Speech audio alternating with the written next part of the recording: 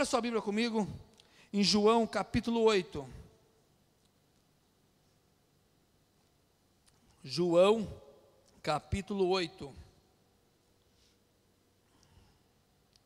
É Novo Testamento, Mateus, Marcos, Lucas e João. É o quarto evangelho. É uma passagem muito conhecida, muita gente já conhece, muita gente já ouviu várias pregações sobre essa passagem, e nós vamos estar meditando nesse texto nessa noite. Quem achou João capítulo 8, diga amém. Quem não achou, diga, eu estou procurando. Todo mundo já achou? Então está uma maravilha. Vamos ler o texto então. Assim diz a Bíblia: Jesus, porém, foi para o Monte das Oliveiras. De manhã cedo apareceu de novo no templo, e todo o povo se reuniu em volta dele. E ele se assentou para os ensinar. Os mestres da lei e os fariseus trouxeram a Jesus uma mulher apanhada em adultério. Puseram-na de pé no meio do grupo e disseram a Jesus: Mestre, esta mulher foi apanhada em adultério. Na lei nos ordenou Moisés que tais mulheres sejam apedrejadas. Ora, o que dizes? Eles usavam essa pergunta como uma armadilha para terem de que acusá-lo. Mas Jesus se inclinou e começou a escrever na terra com o dedo. Como insistissem na pergunta, ele se endireitou e disse: Aquele que dentre vós está sem pecado, seja o primeiro a lhe atirar uma pedra. Inclinando-se novamente, escrevia na terra. Quando ouviram isso, foram se retirando um, a começar pelos mais velhos, até que ficaram só Jesus e a mulher no lugar onde estava. Jesus endireitou-se e disse: Mulher, onde estão eles? Ninguém te condenou? Respondeu ela: Ninguém, Senhor. Disse Jesus: Nem eu também te condeno. Agora vai e abandona sua vida de pecado. Amém? Irmãos, por que essa mulher ia ser apedrejada? Porque ela cometeu um erro. Ela não estava inocente. Ela tinha errado. Ela tinha cometido um erro, ela tinha adulterado. E na lei de Moisés, pessoas que adulteravam eram mortos à pedrada. Essa era a lei. Então essa mulher, ela não estava inocente. Tem muita gente, e a verdade é essa: erra, e não quer pagar o preço. Existe o preço pelos erros que nós cometemos. Tem pessoas que dizem assim: estão falando tanto de mim. Daí quando você vai ver a vida da pessoa, você vê que a pessoa está cometendo tantas coisas erradas. E é o preço. Se eu começar a fazer um monte de coisas erradas, as pessoas vão falar de mim também. Vão falar. Se eu trair a minha esposa, começar a adulterar, começar a arranjar amante por aí, e isso vir à tona, as pessoas vão falar de mim. Por quê? Por aquilo que eu estou fazendo de errado. Se eu começar a comprar e não pagar, começar a jogar cheque sem fundo, ser um caloteiro, as pessoas vão falar de mim. Por quê? Porque eu estou fazendo algo de errado. Então, quando a gente faz algo de errado, pode ter certeza de uma coisa: que as pessoas sempre vão apontar o dedo para nós. Sabe por quê, irmãos? Porque existe um texto bíblico que geralmente a impressão que dá, que nós não gostamos dele. Porque dificilmente você vê esse texto bíblico ser citado. Dificilmente. Difícil. quase não é citado esse texto bíblico, que eu vou citar nesta noite, que está aqui em Mateus, capítulo 7, versículo 1. Olha o que o texto diz: não julgueis, para que não sejais julgados. Nós não gostamos de ser julgados, mas nós gostamos de julgar. O ser humano gosta de julgar. Eu tenho duas notícias para dar para você, uma boa e uma ruim. Não quer que as pessoas falem de você? Então não erre. Agora eu tenho uma notícia ruim. Mesmo você não errando, você está sujeito que mesmo assim as pessoas falem mal de você.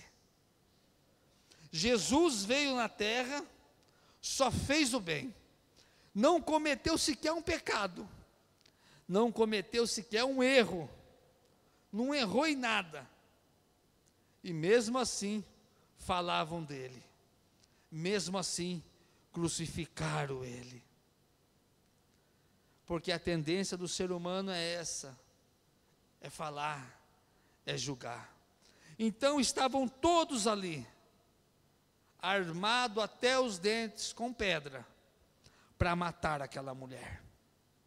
Mas o que me chama mais atenção, que um adultério não é feito por uma pessoa só, é feito por duas. Cadê o homem? Cadê o homem? Por que pegar apenas a mulher? Cadê o homem? Será que na hora que chegaram e pegaram no ato do flagrante, o homem deixou a mulher sozinha e deu no pé? Foi um baita covardão, deixou só ela e fugiu? Será que foi isso que aconteceu? Porque o texto bíblico diz que só trouxeram a mulher, mas ela não errou sozinha, ela não pecou sozinha, ela estava com alguém, mas esse alguém, não sei por que não pegaram ele. E ali estavam todos prontos para apedrejar ela. Mas o pior, que não era apenas eles não queriam apenas apedrejar aquela mulher. Eles estavam armando uma cilada para pegar Jesus e condenar Jesus. Eles estavam esperando uma resposta de Jesus. Eles pegam a mulher, trazem a mulher diante de Jesus. Imagina a humilhação dela, porque já tinha o povo reunido com Jesus, e chegam os religiosos, os mestres da lei, os fariseus, colocam ela no meio, e dizem assim: esta mulher foi pega no ato de adultério. Imagine a vergonha desta mulher. Acusaram ela perante todo mundo. Eu converso com os irmãos mais antigos de igreja, de outros ministérios, e eles falavam, e falaram para mim, que isso muitos anos atrás, quando alguém errava na igreja, era feito como fosse um julgamento no fórum, trazia a pessoa na frente, perante os obreiros, e falavam tudo que a pessoa tinha feito de errado, e perante os obreiros, a pessoa era disciplinada. Diz que era terrível. Isso muitos anos atrás. Hoje provavelmente não existe mais isso. Mudou muitas coisas. Então hoje já não, creio que não faz mais isso. Mas antigamente faziam isso. E ali perguntam para Jesus: essa mulher foi pega no ato de adultério. E na lei de Moisés, tais pessoas têm que ser mortas a pedrada.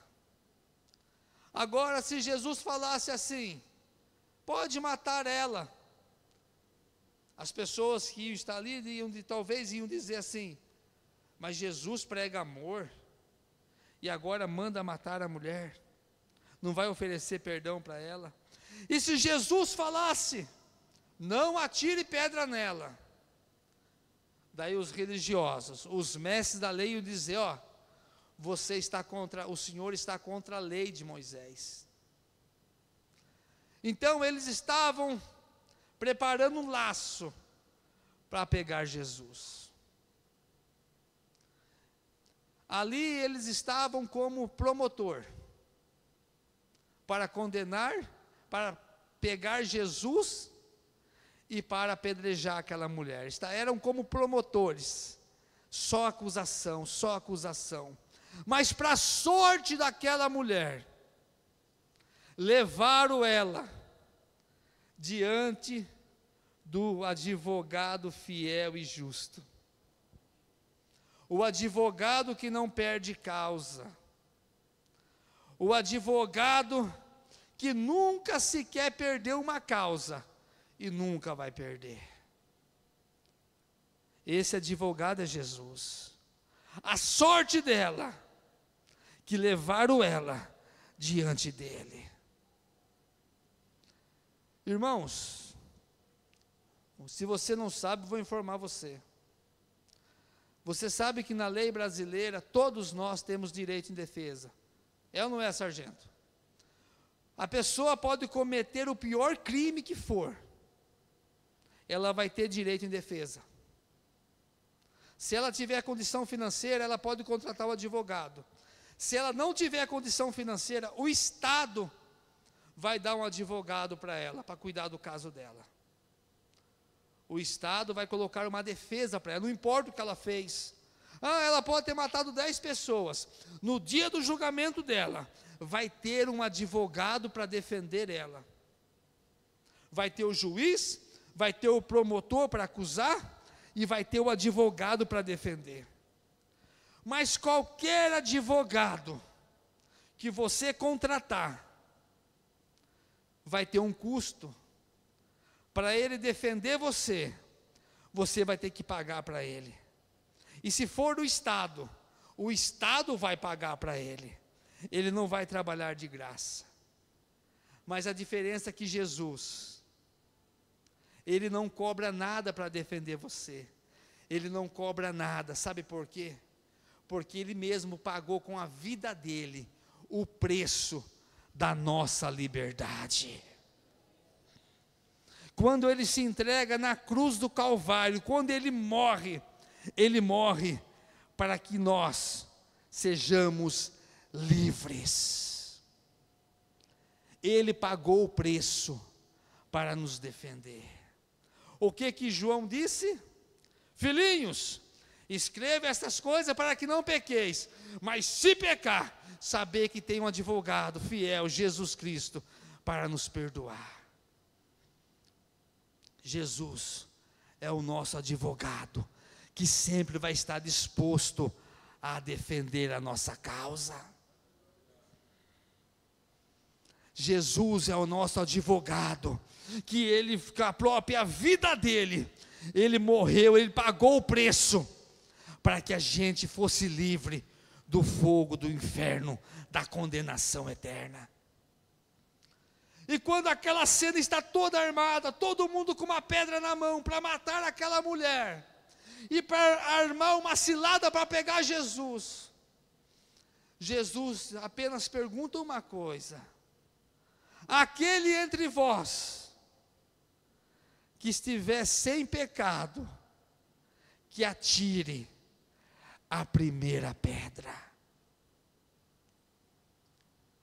A Bíblia diz que todos foram embora, só ficou a mulher. Sabe por quê, irmãos? Ninguém é santinho que não tem pecado. Todos nós temos pecados, todos nós pecamos. Aqueles homens estavam ali, aquelas pessoas estavam ali, para matar aquela mulher, porque aquela mulher adulterou. Eles podiam não ser adúlteros, mas outros pecados eles tinham. E quando Jesus faz essa pergunta para eles, eles sentem na pele deles que eles também são pecadores. A verdade é essa. Agora eu vou terminar de ler o texto de Mateus. Primeiro, não julgueis para que não sejais julgados, pois com o juízo com que julgardes, sereis julgados, e com a medida com que tiverdes medido, vos medirão a vós. Por que reparas no cisco que está no olho do teu irmão, mas não percebes a trave que está no teu? Ou como dirás a teu irmão, deixa-me tirar o cisco do teu olho, estando uma trave no teu? Hipócrita, tira primeiro a trave do teu olho, então verás claramente para tirar o cisco do olho do teu irmão. Irmãos, antes da gente falar de alguém, antes de a gente condenar alguém, vamos olhar para a nossa vida, vamos olhar para o nosso interior. É fácil, quando a gente condenar alguém, apontar o dedo para alguém que adulterou, é fácil, mas a Bíblia diz que quando a gente pensa, só no pensamento, a gente já está adulterando também.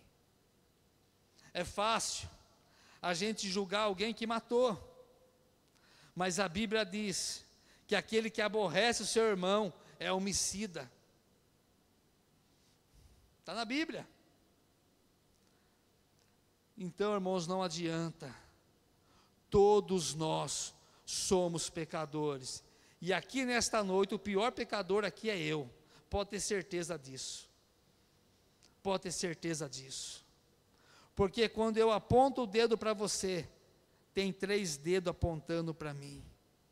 Tem pessoas, Cícero, que ele só consegue ver o lado mal, só consegue ver o lado mal das pessoas, só consegue ver o mal, ele não consegue enxergar o bem, não consegue ver o bem. Tem pessoa que só sabe falar, condenar, criticar, apontar o dedo.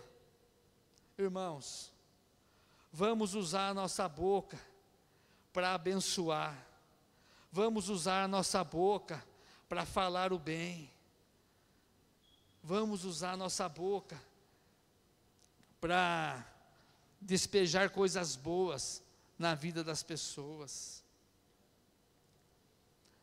Vamos parar de querer apenas condenar.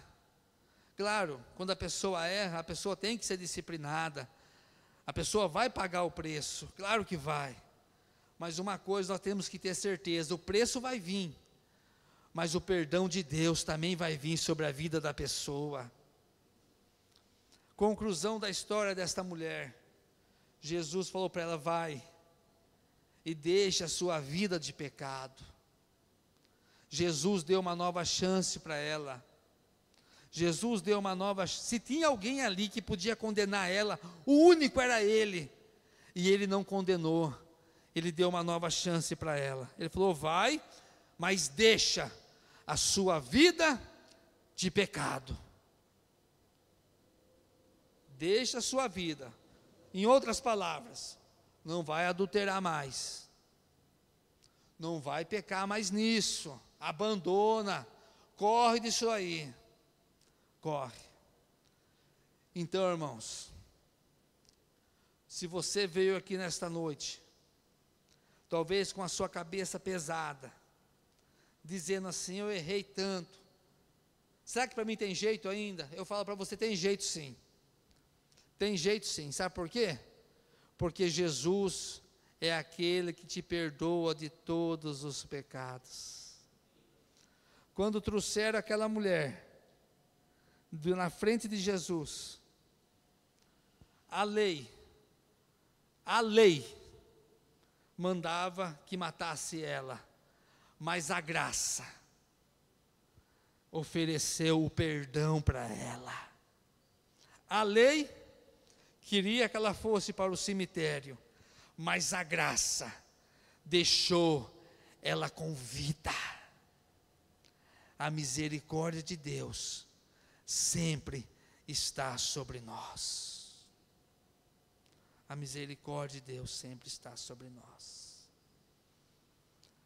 Pastor, então o senhor está dizendo que a gente pode viver errando? Não. Vamos fugir do pecado. O pecado da nossa vida tem que ser como um acidente. A gente não quer que aconteça, mas acontece. A gente tem que fugir do pecado o máximo que a gente puder, fugir mesmo. Mas eu quero dizer para você, se você pecou, mesmo assim, o perdão de Deus é para você. E se eu pecar, como eu peco todos os dias, tenho certeza que toda vez que eu me arrependo, o perdão de Deus é para mim também. Nós não temos que ser uma igreja que esteja pronto para condenar, mas nós temos que ser uma igreja que estemos sempre pronto para mostrar a misericórdia de Deus e mostrar a misericórdia para aqueles que precisam dela, em nome do Senhor Jesus.